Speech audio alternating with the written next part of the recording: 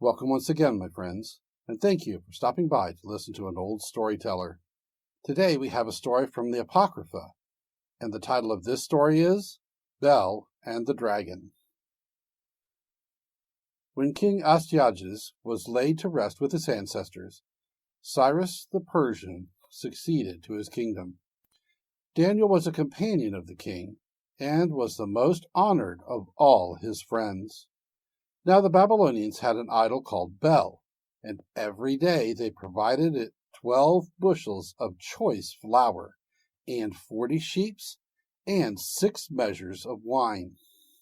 The king revered it, and went every day to worship it. But Daniel worshipped his own God. So the king said to him, "Why do you not worship Bel?" He answered, "Because I do not revere idols made with hands, but the living God, who created heaven and earth, and has dominion over all living creatures." The king said to him, "Do you not think that Bel is a living God? Do you not see how much he eats and drinks every day?" And Daniel laughed and said, "Do not be deceived, O king, for this thing is only clay inside and bronze outside, and it never ate or drank anything."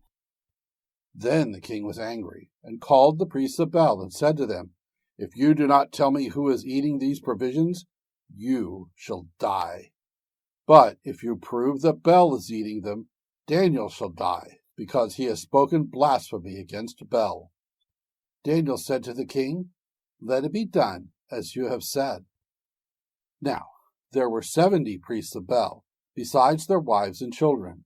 So the king went with Daniel into the temple of Bel. The priests of Bel said, "See, we are now going outside. You yourself, O king, set out the food and prepare the wine, and shut the door and seal it with your signet. When you return in the morning, if you do not find that Bel has eaten it all, we will die. Otherwise Daniel will, who is telling lies about us." They were unconcerned, for beneath the table they had made a hidden entrance, through which they used to go in regularly and consume the provisions. After they had gone out, the king set out the food for Bel.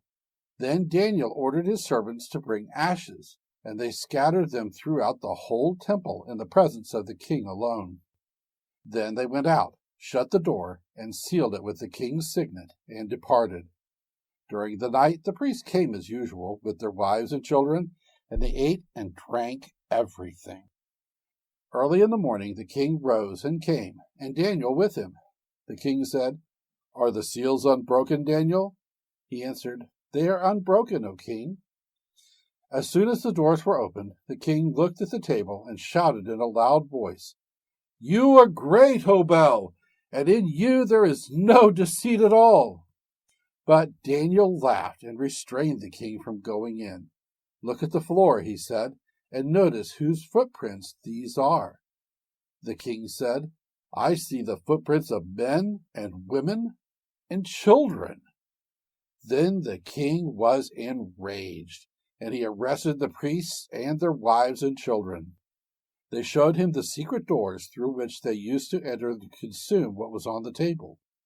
Therefore the king put them to death, and gave Bel over to Daniel, who destroyed it and its temple.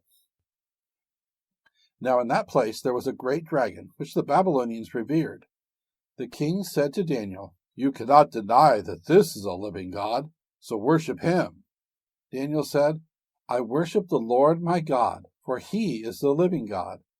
But give me permission, O king, and I will kill the dragon without sword or club." The king said, "I give you permission." Then Daniel took pitch, fat, and hair, and boiled them together to make cakes, which he fed to the dragon. The dragon ate them and burst open. Then Daniel said, "See what you have been worshipping." Thank you once again for listening to this story. If you enjoyed this story, please press that like button. Also, please help an old storyteller out by subscribing to my channel. The next story will be posted in a few days, so until then, may your story continue to be a good one.